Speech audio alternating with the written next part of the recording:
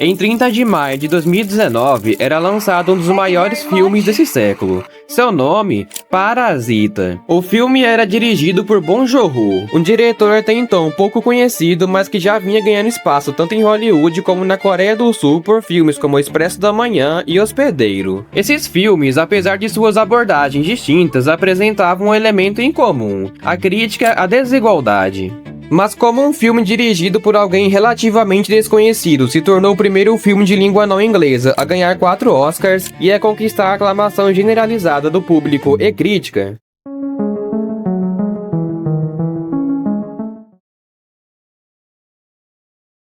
Bong Joon-ho sempre foi fascinado por temas como desigualdade social e sobrevivência. Sua infância e adolescência ocorreram durante as décadas de 70 e 80. O país havia passado por um rápido processo de industrialização durante os governos de Park Chung-hee e Chun Dong-hwan, aonde o poder de compra da população aumentou de forma significativa, mas aos custos de um abismo entre os que tinham muito e os que tinham pouco. Durante um período de sua vida, ele também foi professor particular em uma família de alto padrão, o que ajudou ele a desenvolver a ideia para o filme do Parasita. Depois de alguns filmes mais comerciais e fantasiosos abordando esses temas, Bong Joon-ho resolveu fazer algo mais pé no chão e próximo da realidade, que pudesse gerar identificação com as pessoas, independentemente de onde elas viviam. Foi aí que ele começou a escrever, junto com seu assistente de produção, Han Ji-hoon, o roteiro de Parasita. Parasita é, por definição, um organismo vivo que depende de outro para sobreviver, extraindo dele os recursos necessários, enquanto inevitavelmente prejudica o seu hospedeiro.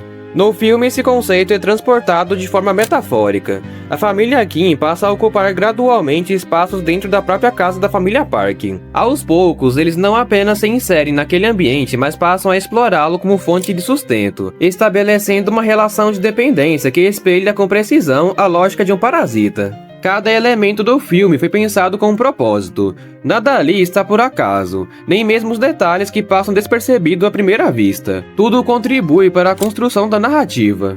Ambientado em uma sociedade profundamente estratificada, marcada pelo contraste entre o luxo dos centros urbanos e a pobreza das regiões periféricas, o filme estabelece o conflito de classes desde os primeiros minutos. Essa diferença se materializa principalmente nos espaços. As casas da família Kim e Park não são apenas cenários, mas extensões diretas de suas posições sociais. A casa dos Kim fica abaixo do nível da rua, com uma pequena janela que mal permite observar o exterior. É apertada, desorganizada e quase sem acesso à internet. Um ambiente que reflete limitação e invisibilidade. Já a casa dos Park é ampla, limpa e localizada no topo de um morro. Essa escolha não é estética, mas simbólica. Enquanto os Kim vivem abaixo, quase enterrados, os Park estão acima, em uma posição de privilégio e distanciamento. Mas nem mesmo essa casa está livre de significados. Cada elemento ali foi pensado, e alguns deles revelam camadas ainda mais profundas que o filme desenvolve ao longo da história. No início do filme, acompanhamos a família Kim, uma família pobre que vive em um pequeno semi-porão apertado, sujo e sem qualquer perspectiva de ascensão social. Em meio a essa realidade, Ki-woo recebe de um amigo a oportunidade de trabalhar como professor de inglês para a filha de uma família extremamente rica de Seul. Junto da proposta, ele também recebe uma pedra supostamente capaz de atrair riqueza e prosperidade. A partir desse momento, começa a lenta infiltração da família Kim dentro da casa da família Park. Ki-woo é o primeiro a entrar, assumindo o papel de professor particular da filha mais velha da família. Pouco tempo depois, sua irmã Ki-hoon é indicada por ele como uma falsa terapeuta de arte para o filho mais novo da família Park. Conforme passam a conhecer melhor a rotina e os espaços da casa, os Kim começam a enxergar novas oportunidades de ocupá-la por completo. Ki-hoon então arma um plano para incriminar o motorista da família, fazendo com que ele seja demitido e substituído por seu pai. Mas definitivamente o plano mais cruel acontece com a antiga governanta da casa. Ao descobrirem sua alergia severa a pêssegos, a família Kim manipula a situação para fazê-la parecer gravemente doente, criando o cenário perfeito para substituí-la pela mãe da família. É nesse momento que a infiltração se completa. Sem que os Park percebam, toda a estrutura de funcionamento da casa passa a ser ocupada pela família Kim, formando uma relação parasitária cuidadosamente arquitetada.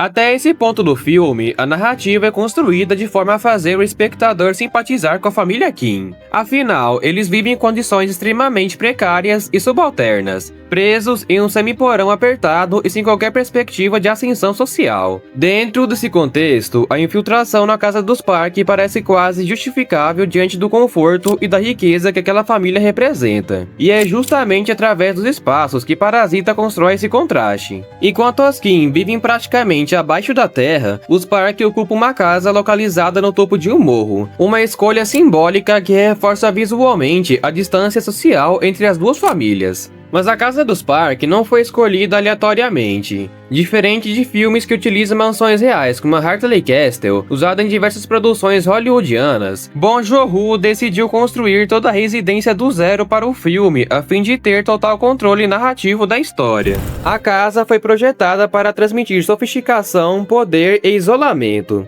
Os espaços amplos, os tetos excessivamente altos e as enormes janelas verticais criam uma sensação constante de conforto e superioridade. Ao mesmo tempo, os muros cobertos por vegetação fazem o local parecer quase uma fortaleza, como se escondessem algo por trás daquela aparência perfeita. Até mesmo os objetos espalhados pela residência possuem função narrativa. As artes abstratas e a estética minimalista não estão ali apenas como decoração, mas como um símbolo do capital cultural e econômico da família Park. A própria maneira como os personagens ocupam esse espaço também reforça o abismo entre as duas famílias. Os Park são refinados, calmos e quase intocáveis, enquanto os Kim se movimentam de forma mais caótica e impulsiva, como pessoas tentando desesperadamente sobreviver dentro de um ambiente ao qual claramente não pertencem. Essa diferença é reforçada pela própria linguagem visual do filme. Bong Joon-ho utiliza constantemente enquadramentos verticais para contar a sua história. Mesmo nas cenas envolvendo escadas, elas são gravadas na vertical para passar uma sensação de superioridade. Tudo isso é cuidadosamente construído para tornar a progressão da história o mais natural possível. Parasita começa de forma mais despretensiosa, com momentos de humor, situações constrangedoras e até um leve tom de romance. Mas conforme a mentira da família Kim se intensifica, o filme abandona gradualmente essa leveza e assume tons cada vez mais sombrios, mergulhando no suspense, na tensão psicológica e até mesmo em elementos de terror.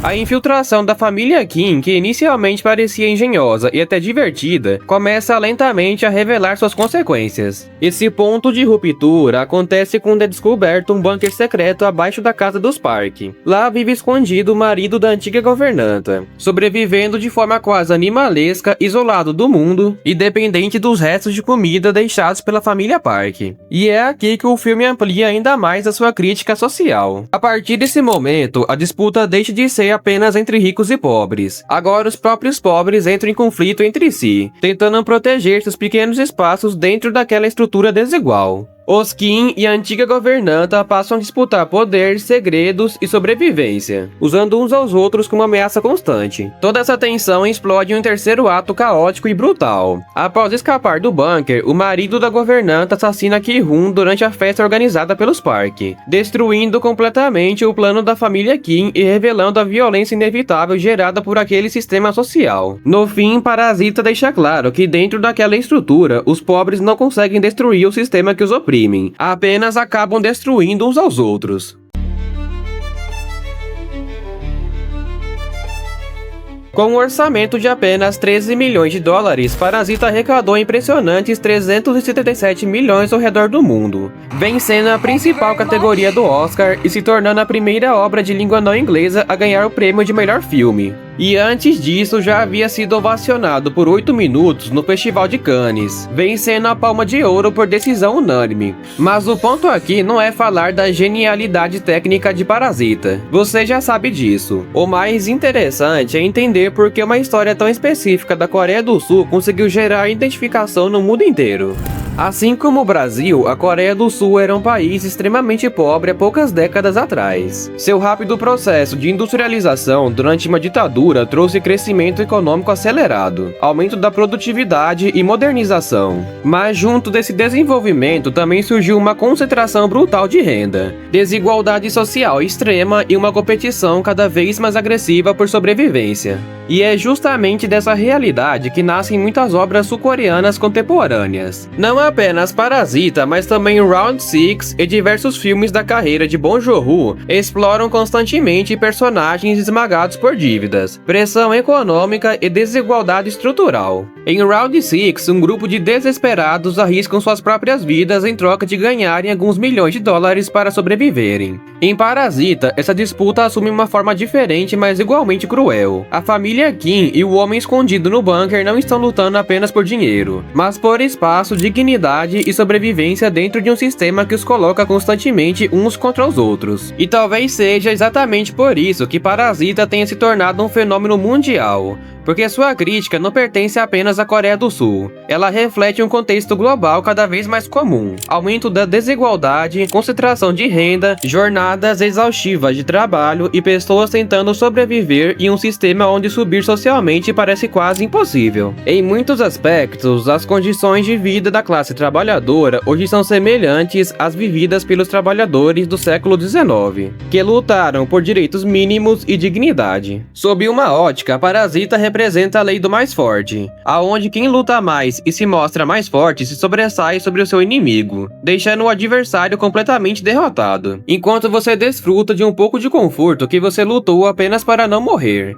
Mostrando que no fim, Parasita não fala apenas sobre ricos e pobres, mas sobre pessoas vivendo em sociedades estratificadas e praticamente imóveis, tentando desesperadamente não afundar ainda mais em meio a tantas dificuldades. E talvez seja justamente isso que torna o filme tão genial e desconfortável, porque em algum nível todos nós simpatizamos com a história da família Kim e suas dificuldades, mesmo não concordando totalmente com suas decisões.